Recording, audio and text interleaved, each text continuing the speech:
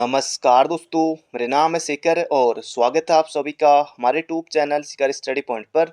तो दोस्तों इस वीडियो में हम देखने वाले हैं 100 महत्वपूर्ण प्रश्नों को। 50% दोस्तों इसमें जीके के रहेंगे, स्टैटिक जीके के, और 50 क्वेश्चन दोस्तों रहेंगे उत्तराखंड के। तो आप वीडियो को अंत तक जरूर देखिएगा। पहले दोस्तों हम देखेंगे इसमें स्टैटिक जीके के महत्वपूर्ण प्रश्नों को, उसके बाद देखेंगे दोस्तों उत्तराखंड के प्रश्नों को। और जीके के क्वेश्चन दोस्तों कैसे लगे कमेंट बॉक्स में जरूर से बताइएगा। जबरदस्त क्वेश्चन है, प्रैक्टिस के लिए बहुत बढ़िया है। बाकी दोस्तों आप बुक से भी पढ़ते रहिए। ये वीडियो तो सिर्फ 30 या दोस्तों 40 मिनट की होती है, बाकी आपके पास पूरा इतना दिन है, तो आप बुक से भी दोस्तों पढ़ते रहिए, या कहीं और जगह से पढ़ने दोस्तों वो भी आप पढ़ते रहिए। कोचिंग जा रहे हैं या कहीं और यूट्यूब से पढ़ने, वो भी आप दोस्तों पढ़ते रहिए, क्योंकि बहुत जल्दी आपके एग्जाम होने वाले हैं।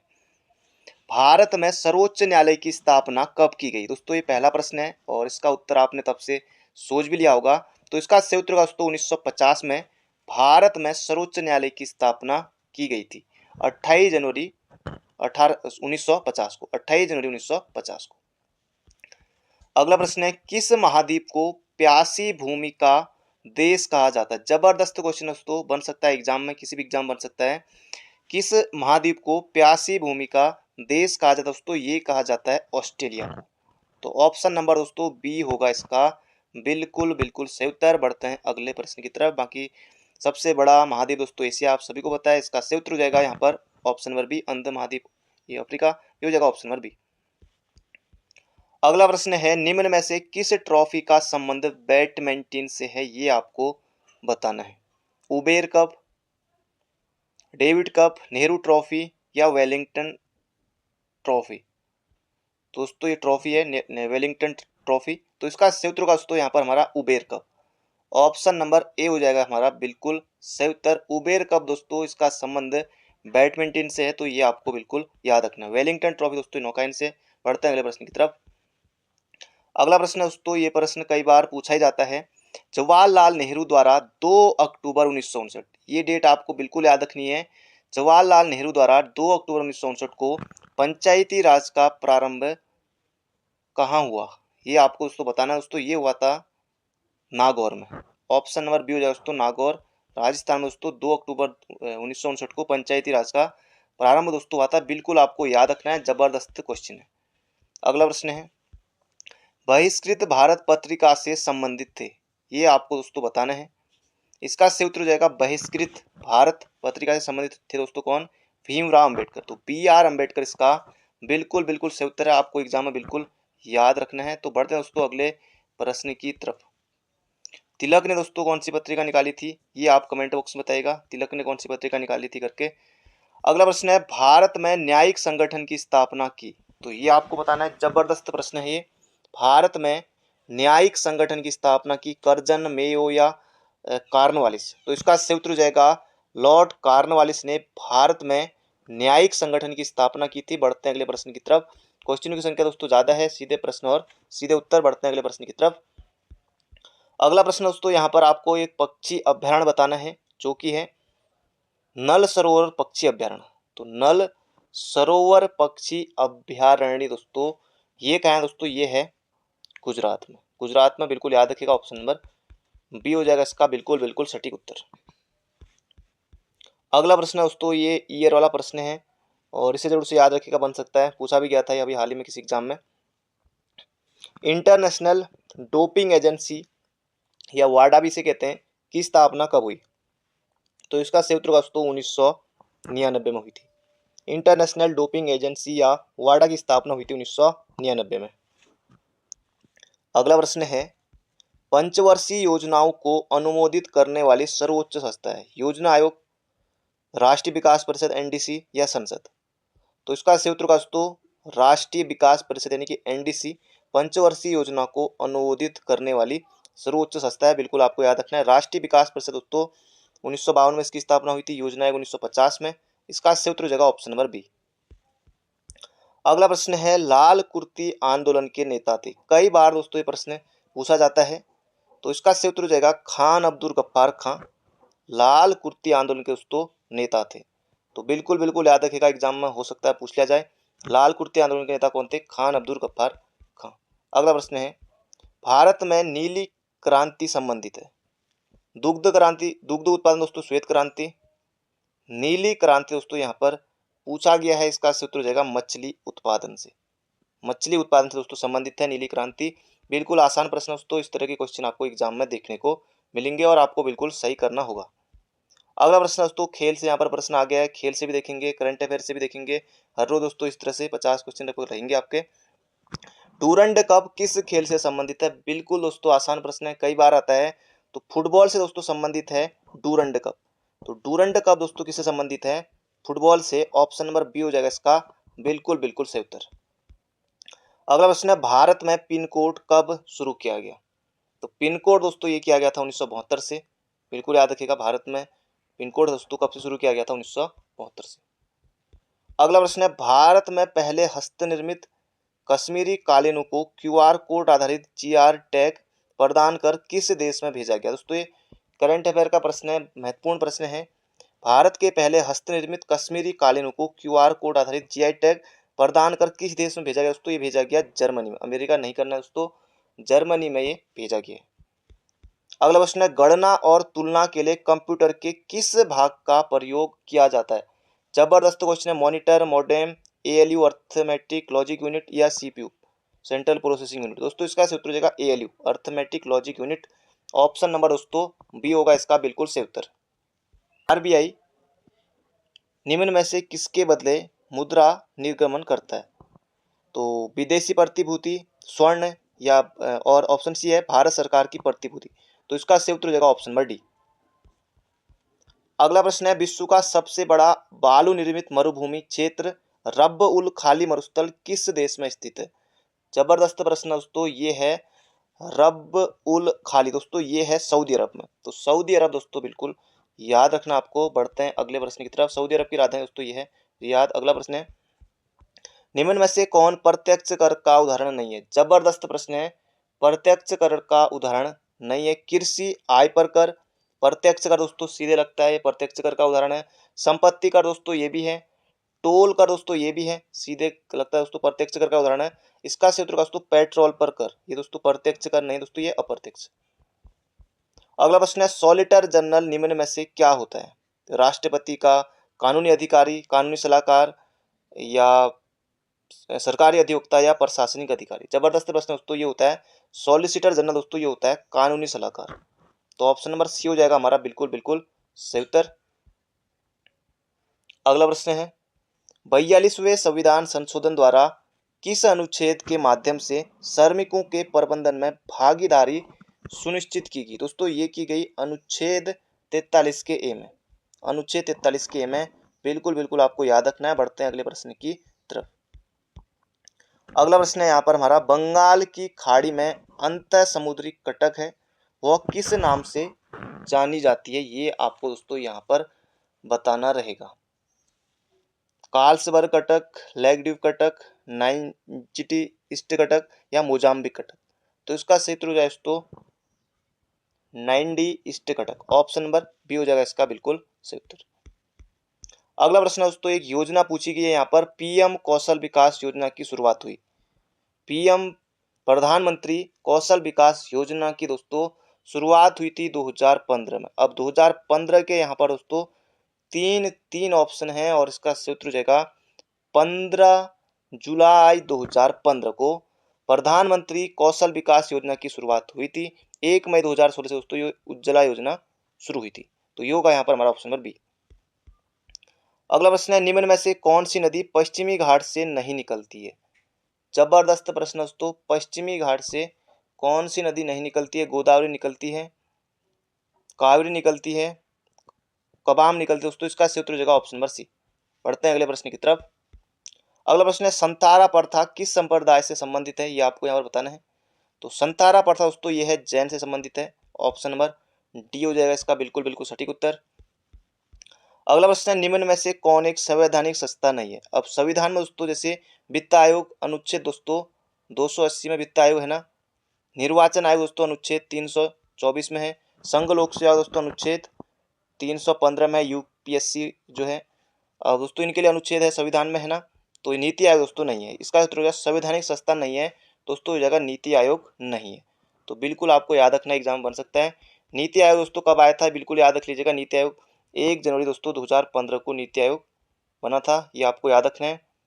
बढ़ते हैं अगले प्रश्न की तरफ। ये दोस्तों प्रश्न बन सकता है एग्जाम में नीति आयोग वाला। अगला प्रश्न है संवैधानिक उपचारों के तहत आता है। जबरदस्त प्रश्न है।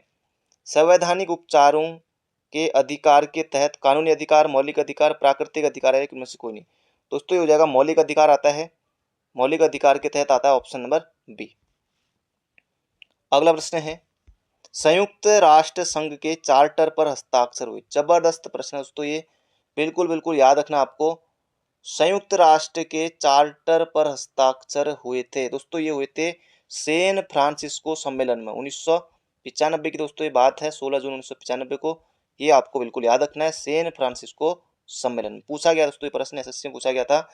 अगला है अहमदिया आंदोलन का नेतृत्व किसने किया था। जबरदस्त प्रश्न है। अहमदिया आंदोलन का नेतृत्व मोहम्मद अहमद, खान अब्दुल, मिर्जा गुलाम अहमद या मोहम्मद कासिम। इसका सूत्र का दोस्तों मिर्जा गुलाम अहमद ने अहमदिया आंदोलन का नेतृत्व किया था। अगला प्रश्न है किस गवर्नर जनरल ने प्रथम बार विधि के अनुसार सिद्धांत को लागू किया था। विधि यानी कि दोस्तों कानून, तो ये आपको बताना है। जबरदस्त क्वेश्चन है, किस गवर्नर जनरल ने प्रथम बार विधि के अनुसार शासन के सिद्धांत को लागू किया था। इसका सूत्र हो जाएगा दोस्तों लॉर्ड कॉर्नवालिस। बिल्कुल बिल्कुल याद रखिएगा, बहुत ज्यादा महत्वपूर्ण प्रश्न है। अगला प्रश्न है ऋग्वेद की मूल रचना किस भाषा में हुई थी दोस्तों। इसका सही उत्तर हो जाएगा संस्कृत।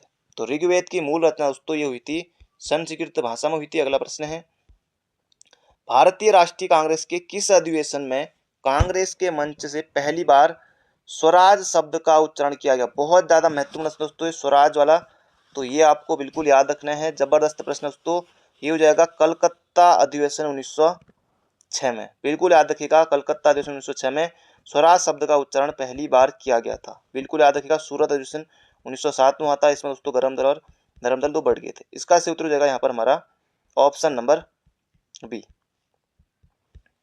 अगला प्रश्न है भारत के किस राज्य से कर्क रेखा नहीं गुजरती। एक प्रश्न दोस्तों इस तरह का आपको जरूर से देखने को मिलेगा। गुजरात, झारखंड, त्रिपुरा, मणिपुर या मिजोरम। दोस्तों ये यहाँ पर मणिपुर आ गया दोस्तों, मणिपुर से नहीं गुजरती दोस्तों, ये गुजरती है मिजोरम से। मिजोरम से गुजरती है, तो मणिपुर यहाँ पर आ गया। देखिए मणिपुर हो जाएगा इसका सही उत्तर। कर्क रेखा दोस्तों 8 राज्यों से गुजरती है, ये हो जाएगा यहाँ पर हमारा मणिपुर। मणिपुर से नहीं गुजरती है, याद रखिएगा। अगला प्रश्न है पहली बार भारत के बाहर से आने वाले और भारत में बसने वाले कौन थे।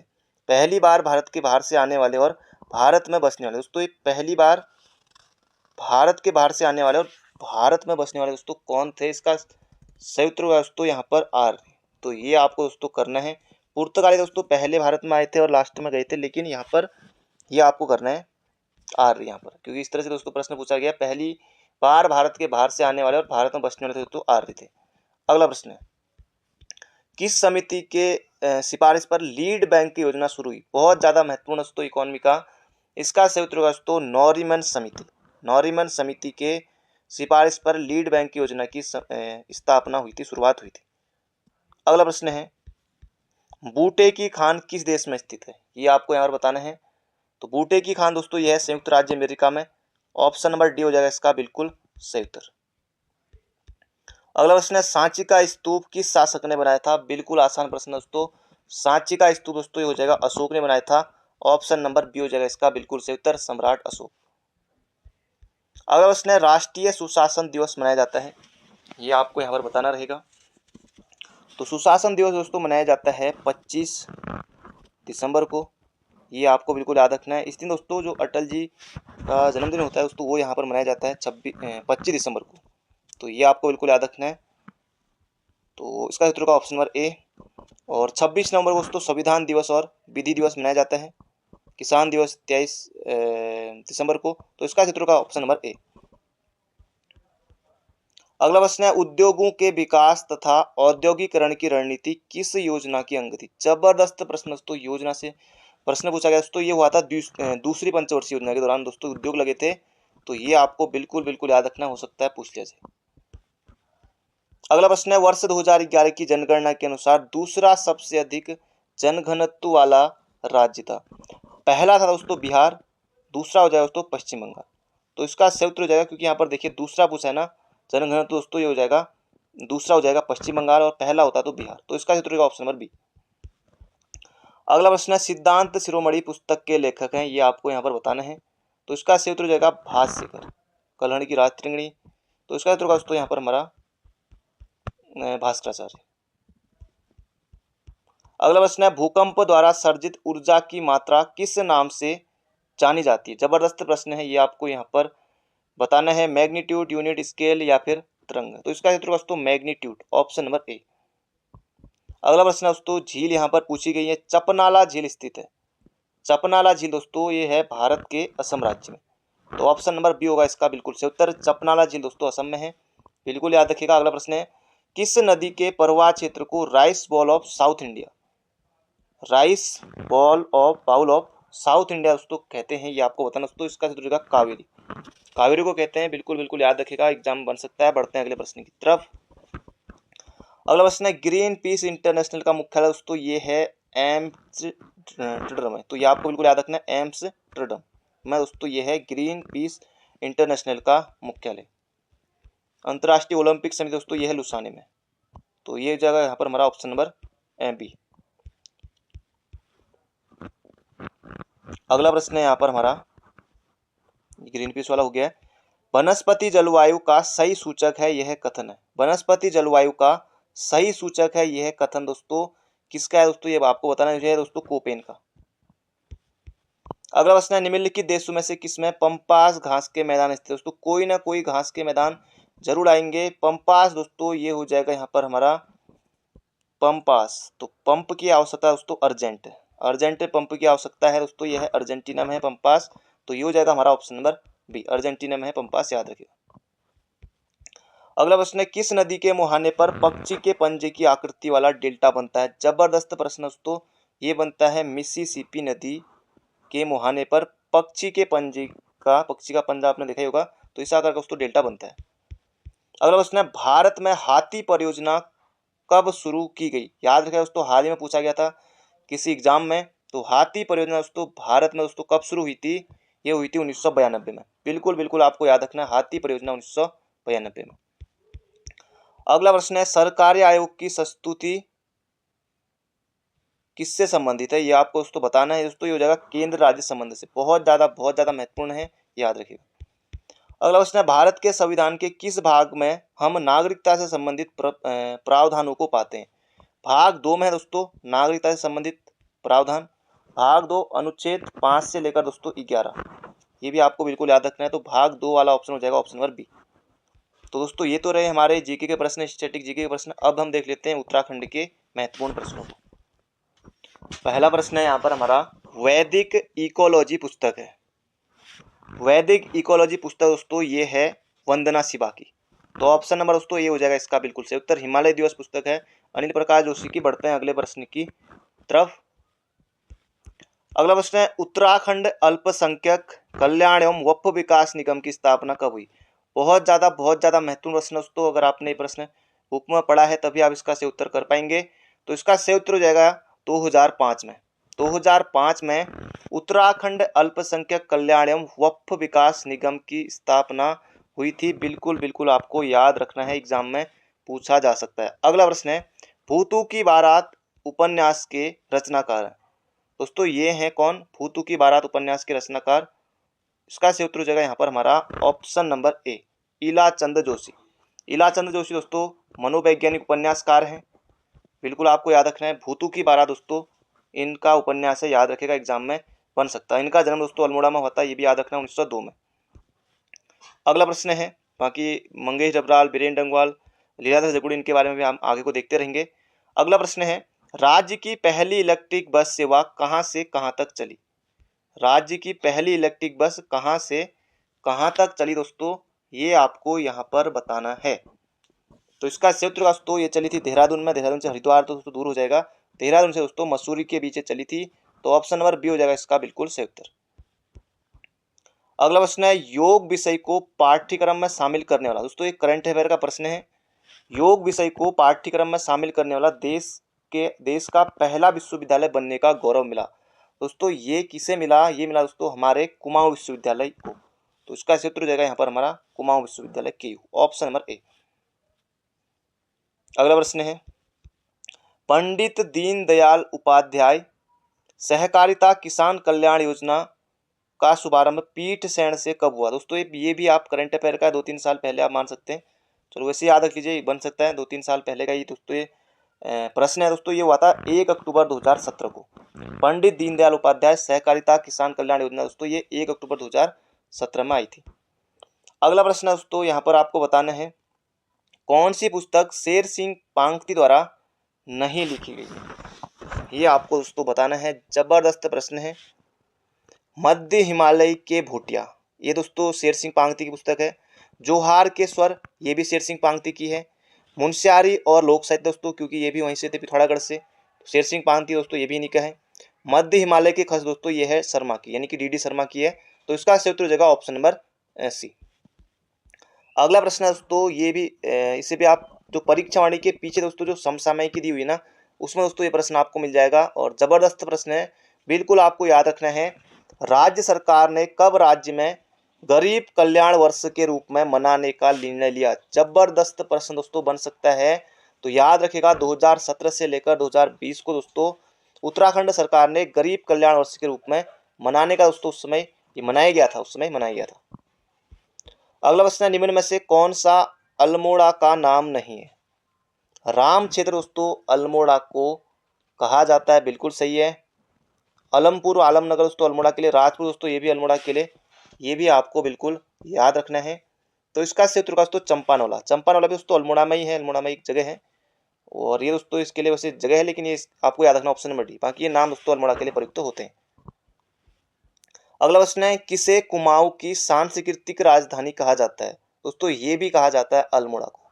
कुमाऊं की सांस्कृतिक राजधानी दोस्तों ये हो जाएगा यहाँ पर हमारा अल्मोड़ा, बिल्कुल आपको याद रखना है। सांस्कृतिक एवं पर्यटक नगरी अल्मोड़ा में आपका हार्दिक स्वागत है। तो इसका उत्तर दोस्तों ऑप्शन नंबर बी। अगला प्रश्न है, अल्मोड़ा जनपद की मूल स्थापना कब हुई? दोस्तों 1891 में ही हुई थी अल्मोड़ा जनपद की स्थापना। तो ये यहाँ पर आपको याद रखना दोस्तों, अल्मोड़ा जनपद की स्थापना हुई थी 13 अक्टूबर 1991। बढ़ते हैं अगले प्रश्न की तरफ। अगला प्रश्न है, भिटौली प्रथा किस वंश के समय शुरू हुई? दोस्तों भिटौली आप भली भांति जानते हैं, चैत माह में दोस्तों होता है भिटौली। तो किस वंश के समय से दोस्तों शुरू हुई थी? चंद, कुड़िंद, कत्यूरी या नागवंश? उसी समय से दोस्तों ये चला था दोस्तों, ये हो जाएगा भिटौली प्रथा दोस्तों ये नागवंश के समय से चली थी, ऑप्शन नंबर सी। अगला प्रश्न है, कुमाऊं अल्मोड़ा में बद्रीनाथ मंदिर का निर्माण किसने करवाया? बद्रीनाथ मंदिर का निर्माण दोस्तों किसने कराया था? ये आपको यहाँ पर बताना दोस्तों, ये कराया था बाज बहादुर चंद ने, ऑप्शन नंबर ए। अगला प्रश्न है, मुलुक कुमाऊं किसकी रचना? दोस्तों एक रचना है मुलुक कुमाऊं का, मुलुक कुमाऊं दोस्तों ये हो जाएगा Krishna Pandey, option number B हो जाएगा इसका बिल्कुल सही उत्तर। अगला प्रश्न है यहाँ पर हमारा, प्रथम कुमाऊनी फिल्म मेघा की कहानी व गीत किसने लिखे? पहली बात दोस्तों आपको याद रखनी है कि प्रथम कुमाऊनी भाषा की फिल्म कौन सी है? तो मेघा है। गढ़वाली भाषा की फिल्म दोस्तों कौन सी है? तो जगवाल है। तो इसकी दोस्तों गीत वो कहानी दोस्तों किसने लिखी थी, ये आपको बताना दोस्तों, ये लिखी थी राजेंद्र बोरा ने, राजेंद्र बोरा। अगला प्रश्न है, खद्दर आश्रम व विधवा आश्रम की स्थापना 1918 में गोविंद वल्लभ पंत द्वारा कहाँ की गई थी? दोस्तों ये की गई थी काशीपुर उधम सिंह नगर में, बिल्कुल याद रखिएगा। खद्दर आश्रम की स्थापना किसने की? तो गोविंद वल्लभ पंत ने की। कहाँ की? काशीपुर में 1918 में। और विधवा आश्रम और खद्दर आश्रम दोनों आपको याद रखने हैं। अगला प्रश्न है, किस कमिश्नर ने जन्म मृत्यु तथा विवाह को रजिस्टर में अंकित करने की प्रथा शुरू की? ये आपको दोस्तों याद रखना है, जबरदस्त प्रश्न है। इसका सही उत्तर हो जाएगा दोस्तों option number D, trail. Trail के समय से दोस्तों ये हुआ था। किस कमिश्नर ने जन्म मृत्यु तथा विवाह को रजिस्टर में अंकित करने की प्रथा शुरू की? दोस्तों कमिश्नर ट्रेल ने, क्योंकि गार्डनर तो कम समय के लिए रहा था, ट्रेल ने दोस्तों बहुत महत्वपूर्ण कार्य किए उत्तराखंड में। अगला प्रश्न है, निम्नलिखित में से किस कुमाऊं कमिश्नर ने नैनीताल को एक लोकप्रिय पर्यटन नगरी के रूप में नगरी बनाने के लिए मौलिक प्रयत्न किए? किसने किए दोस्तों, ये आपको यहाँ पर बताना है, बहुत ज्यादा महत्वपूर्ण प्रश्न है। तो ये किया दोस्तों बैटन ने, बैटन ने नैनीताल को लोकप्रिय पर्यटन नगरी बनाने के लिए मौलिक प्रयत्न किए दोस्तों, बिल्कुल बिल्कुल याद रखिएगा। नैनीताल को स्कूली शिक्षा के रूप में बसाने का श्रेय दोस्तों ये जाता है रैम जी को। तो इसका उत्तर होगा ऑप्शन नंबर सी। अगला प्रश्न है, हिल स्टेट शब्द का प्रयोग नैनीताल गजेटियर में कब किया गया? बहुत ज़्यादा महत्वपूर्ण है। हिल स्टेट शब्द का प्रयोग नैनीताल गजेटियर में दोस्तों ये किया गया था सन 1904 में। Option number B. बिल्कुल बिल्कुल याद रखिएगा, बहुत ज़्यादा महत्वपूर्ण प्रश्न है। पर्यावरण संरक्षण समिति स्थित है दोस्तों, ये है चंपावत जनपद में स्थित है, सीधे आपको इतना याद रखना है। अगला प्रश्न है, निम्न में से उत्तराखंड में कौन सी जाति के लोग धातु का खनन करते हैं? अगरिया, रमोलिया, अग्रवाल या थुवाल? दोस्तों ये आपको बताना है। ये होगा दोस्तों अगरिया जाति के लोग खनन का कार्य करते हैं धातु। अगला प्रश्न है, हिम ज्योति फाउंडेशन की स्थापना सुदर्शन अग्रवाल की प्रेरणा से देहरादून में कब हुई? हिम ज्योति फाउंडेशन, दोस्तों ये आपको बिल्कुल याद रखना है। हिम ज्योति फाउंडेशन की स्थापना राज्यपाल सुदर्शन अग्रवाल की प्रेरणा से देहरादून में कब हुई दोस्तों? ये हुई थी 2003 में। तो ऑप्शन नंबर सी हो जाएगा इसका बिल्कुल सही उत्तर, हिम ज्योति फाउंडेशन। अगला प्रश्न है, पहली कुमाऊनी रामलीला बद्रेश्वर अल्मोड़ा में कब की थी? दोस्तों ये की थी 1860 में। आज से दोस्तों 1860 के समय से दोस्तों होती थी। रैमजे भी इस रामलीला को देखते होंगे, रात को जरूर लुत्फ उठाते होंगे, उस समय वही थे रैमजे। तो ये आपको बिल्कुल याद रखना दोस्तों, ऑप्शन नंबर ए। और कुमाऊं दोस्तों जो भी रामलीला होती है वो अल्मोड़ा शैली की ही रामलीला है। अगला प्रश्न है, किस व्यक्ति ने गिरीश तिवारी के संपादन में कुमाऊनी कवियों का प्रथम काव्य संकलन शिखरों के स्वर को प्रकाशित किया? ये आपको यहाँ पर बताना दोस्तों, ये हो जाएगा दुर्गेश पंत। ये आपको बिल्कुल याद रखना है, जबरदस्त प्रश्न है, बन सकता है। अगला प्रश्न है, देहरादून व चंडी घाट को कब कुमाऊं में सम्मिलित किया गया? ये भी आपको बताना दोस्तों, बहुत ज्यादा महत्वपूर्ण प्रश्न है। 1826 में दोस्तों देहरादून व चंडी घाट को कुमाऊं में सम्मिलित किया गया था। अगला प्रश्न है, कब काशीपुर को मुरादाबाद और तराई क्षेत्र को रोहिलखंड में शामिल किया गया? ये आपको बताना है, बहुत ज़्यादा महत्वपूर्ण है, बन सकता है दोस्तों। ये हो जाएगा 1836 की बात है, बहुत पहले काशीपुर को मुरादाबाद और तराई क्षेत्र को रोहिलखंड में शामिल किया गया था।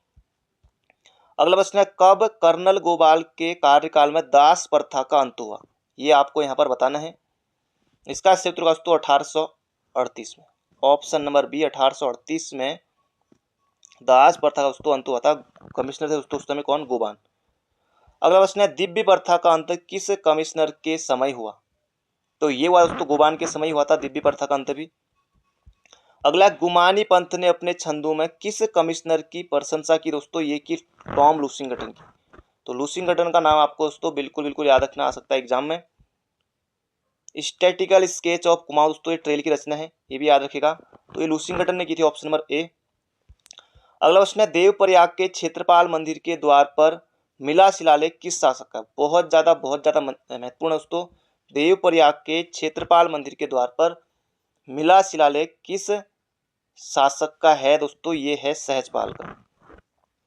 ये है सहजपाल का, ऑप्शन नंबर ए हो जाएगा इसका हमारा बिल्कुल सही उत्तर। अगला प्रश्न है, देश के 28 राज्यों में क्षेत्रफल के हिसाब से उत्तराखंड का स्थान है? बहुत ज्यादा दोस्तों महत्वपूर्ण प्रश्न है, बन सकता है एग्जाम में। तो ये हो जाएगा दोस्तों 18वां है। देश के 28 राज्यों में क्षेत्रफल के हिसाब से दोस्तों उत्तराखंड का स्थान आता है 18वां, ऑप्शन नंबर डी। अगला प्रश्न है, यशोधर बेंजवाल और राजेश राउत शहीद हुए थे दोस्तों, ये हुए थे श्रीयंत्र टापू कांड में। श्रीयंत्र टापू कांड में दोस्तों शहीद हो गए थे कौन? यशोधर बेंजवाल और राजेश राउत। अगला प्रश्न है, रूड़ी या खरसाऊ क्या है? रूड़ी या खरसाऊ दोस्तों ये ग्रीष्म ऋतु को कहा जाता है। तो ऑप्शन नंबर दोस्तों ए होगा इसका बिल्कुल सही उत्तर। शीत ऋतु को हिंद या शुंद कहा जाता है। अगला प्रश्न है, राज्य में स्थित सबसे लंबी अंतर्राष्ट्रीय सीमा रेखा है? राज्य में स्थित दोस्तों सबसे लंबी अंतर्राष्ट्रीय सीमा रेखा किस जनपद की है? तो इसका क्षेत्र का दोस्तों पिथौरागढ़ की, क्योंकि दोस्तों नेपाल के साथ भी लगता है और चीन तिब्बत के साथ भी दोस्तों लगता है। अगला प्रश्न है, राज्य के कुल क्षेत्रफल में कुमाऊं मंडल का भाग है?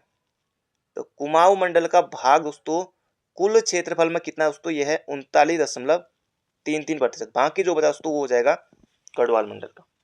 अगला प्रश्न है, कुंवारी पास दर्रा स्थित है? दोस्तों ये बताना आपको, ये दोस्तों चमोली में है कुंवारी पास दर्रा। और ये दोस्तों अगर आप जब मैप देखेंगे उत्तराखंड का, अगर आपने मैप भी चिपकाया होगा तो उसमें दोस्तों बड़े बड़े अक्षर मिल जाएगा, ये दोस्तों औली के पास है। तो ये चमोली में, ऑप्शन नंबर डी। अगला प्रश्न है, तीन धुरा कहा जाता है? दोस्तों ये पिथौरागढ़ में है। तीन धुरा दोस्तों किन्हें किन्हें कहा जाता है, इन्हें हम देख लेते हैं यहाँ पर। तीन धुरा कहा जाता है दोस्तों, ये ऊंटा, जयंती और किंगरी बिंगरी को कहा जाता है। ऊंटा, जयंती और किंगरी बिंगरी दोस्तों ये सभी पिथौरागढ़ में है। शिमला दर्रा दोस्तों दारमा और ब्यास घाटी को जोड़ता है। अगला प्रश्न है, राज्य में प्रतिवर्ष 25 मई को जल दिवस कब से मनाया जाता है? उत्तराखंड में दोस्तों जल दिवस कब मनाया जाता है? ये 25 मई को मनाया जाता है। उत्तराखंड में जल दिवस मनाया जाता है 25 नवंबर को। एक नंबर के लिए इसे भी याद रखिए। ये दोस्तों मनाना शुरू हुआ था 2017 से। अगला प्रश्न है, सेलांगटी व नांदारमा सहायक है, किसकी सहायक है दोस्तों ये नदियां?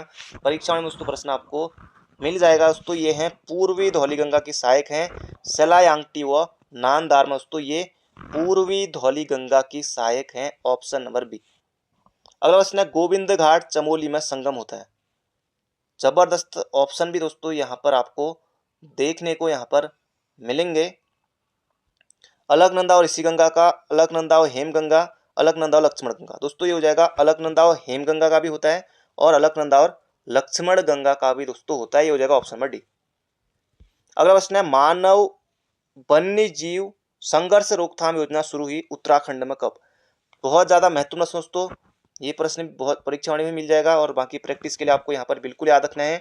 राज्य में मानव वन्य जीव संघर्ष रोकथाम योजना कब शुरू हुई थी दोस्तों? ये हुई थी 2012-13 में, बिल्कुल याद रखिएगा, एग्जाम में पूछा जा सकता है। राज्य में या उत्तराखंड में मानव वन्य जीव संघर्ष रोकथाम योजना 2012-13 में शुरू हुई थी। अगला प्रश्न है दोस्तों, अब कुछ प्रश्न यहाँ पर हम उत्तराखंड के भी देख लेते हैं। उत्तराखंड के हो गए, हिंदी के। निम्न में से वाक्य के शुद्ध रूप का चयन कीजिए। पिछले सोमवार को स्कूल बंद। पिछले सोमवार को तो स्कूल बंद तो है आगे नहीं, पिछले सोमवार को स्कूल बंद रहेगा। अब दोस्तों ये बंद रहेगा पिछले सोमवार को दोस्तों, ये तो हो गया ना, रहेगा भी नहीं है। पिछले सोमवार को स्कूल बंद होना है, ये आने वाले सोमवार को बंद होगा ना, होना ही भी नहीं होगा। तो यहाँ पर सही उत्तर होगा दोस्तों, शुद्ध रूप का चयन कीजिए, पिछले सोमवार को स्कूल बंद था, ऑप्शन नंबर डी। अगला प्रश्न है, नीम हकीम खतरे जान का अर्थ है। अल्प ज्ञान हानिकारक होता है, अभी तक तो ये लग रहा है। नीम के कड़वेपन का ज्ञान बिल्कुल नहीं, नीम का प्रयोग हकीम द्वारा नहीं। अल्प ज्ञान खतरे जान नहीं, अल्पगाम नीम हकीम खतरे जान दोस्तों ये हो जाएगा अल्प ज्ञान भयंकर होता है, यानी अल्प ज्ञान हानिकारक होता है, ऑप्शन नंबर ए। अगला प्रश्न है, शशांक शब्द पर्यायवाची है। तो शशांक दोस्तों ये चंद्रमा का पर्यायवाची है, बिल्कुल आपको याद रखना है। शशांक सुधाकर भी कहा जाता है, निशिपति भी दोस्तों कहा जाता है, बिल्कुल आपको याद रखना है। इंदु भी कहा जाता है। बढ़ते हैं अगले प्रश्न की तरफ। किरण को दोस्तों रश्मि भी कहा जाता है। अगला प्रश्न है, रिजु शब्द का विलोम है। तो रिजु का हो जाएगा दोस्तों वक्र, रिजु का हो जाएगा दोस्तों वक्र, बिल्कुल याद रखेगा। रिजु का विलोम क्या हो जाएगा? वक्र, बहुत ज्यादा महत्वपूर्ण है। अगला प्रश्न है, सदानंद का संधि विच्छेद है। तो सदानंद का हो जाएगा दोस्तों सत्य धन आनंद, ऑप्शन नंबर ए। व्यंजन संधि दोस्तों इसमें बनेगी, हलंत लगा हुआ है, तो ये आपको बिल्कुल याद रखना है। और पहला दोस्तों इसमें तीसरे में हो जा रहा है, तो थ और दो, तो पहले का दोस्तों तीसरे में हो जा रहा है, ये हो जाएगा दोस्तों व्यंजन संधि बनेगी, ऑप्शन नंबर ए होगा इसका सही उत्तर। अगला प्रश्न है, जिन अवयवों का संबंध वाक्य से नहीं वक्ता के हर्ष शोक आदि भाव से होता है वे होते हैं। जिन अवयवों का संबंध वाक्य से नहीं वक्ता के हर्ष शोक, ये हो जाएगा दोस्तों यहाँ पर हमारा विस्मय आदि बोधक अवयव, ऑप्शन नंबर ए। क्योंकि विस्मय में आते हैं दोस्तों ये हर्ष शोक ये वाले भाव, तो ये हो जाएगा विस्मय आदि बोधक अवयव। अगला प्रश्न है, आज गणित के अध्यापक ने कक्षा नहीं ली, वाक्य में अर्थ के आधार पर वाक्य। जबरदस्त है। आज्ञा दोस्तों बिल्कुल नहीं, आज गणित के अध्यापक ने कक्षा नहीं ली दोस्तों, आज्ञा कैसे होगा? प्रश्न भी नहीं पूछ रहे हैं, इच्छा भी नहीं है दोस्तों, हो जाएगा निषेधवाचक वाक्य, ऑप्शन नंबर बी। अगला प्रश्न है, कौन सी भाववाचक संज्ञा? पेड़ दोस्तों, पेड़ सारे जाते आगे। लड़का, अब लड़का भी दोस्तों कौन, लड़कों की भी इसमें जाती आ गई। भारत दोस्तों व्यक्तिवाचक, ये हो जाएगा मित्रता, तो मित्रता दोस्तों भाववाचक संज्ञा है। अगला प्रश्न दोस्तों आज का हमारा आखिरी प्रश्न, अलमारी कौन सी भाषा का शब्द है? अलमारी दोस्तों पुर्तगाली भाषा का शब्द है, तो ये आपको बिल्कुल याद रखना है। अलमारी दोस्तों पुर्तगाली भाषा का शब्द है, ऑप्शन नंबर बी। दोस्तों ये थे आज के हमारे महत्वपूर्ण प्रश्न। बाकी मिलते हैं बहुत जल्दी एक नई वीडियो में। चैनल पर नए हो तो चैनल को सब्सक्राइब जरूर कर लीजिएगा और हो सके दोस्तों वीडियो को शेयर जरूर कीजिएगा। बाकी मिलते हैं बहुत जल्दी एक नई वीडियो में। Thank you friend, thank you so much. अपना ध्यान रखिए, स्वस्थ रहिए, मस्त रहिए।